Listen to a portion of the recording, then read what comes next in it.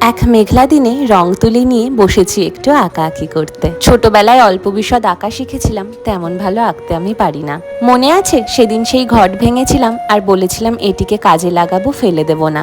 তাই তারই অবশিষ্টের মধ্যে চলছে এখন রং চাপানো। আমার সবুজ আর নীল রংটি ভীষণ পছন্দের, কারণ এই দুটি হচ্ছে প্রকৃতির রং। যাই হোক, সাদা আর সবুজ মিলিয়ে ঠিক এরকম একটি রং এসেছে, যেটা পুরো পটে বসিয়েছি। আর পাশে এই মিষ্টি ফুলটা দেখে হঠাৎ মাথায় এলো যে একটি গোলাপি ফুল বানাবো। লাল আর সাদার মিশ্রণে সেই রংটিই এসেছে। পুরোটা ভালো করে শুকিয়ে নিয়ে গোলাপি পাপড়ির মতো কতগুলো ফুল করে মাঝে দিয়েছি একটু হলুদ রঙের পরাগ রেণু। এই যে আমার ছোট্ট মিষ্টি একটা টব রেডি। তাতে আমি সযত্নে একটি অ্যাগ্লোনিমা গাছ লাগিয়েছি। চলো এবার এটিকে সুন্দর করে রাখি। এই যত রং তুলি দেখলে, এগুলি কিন্তু তার আঁকবার সামগ্রী। কখনো অবসর সময়ে তার অনুমতি নিয়ে তার আঁকাগুলি তোমাদের দেখাবো। কি সুন্দর লাগছে না ঘরের কোণটি?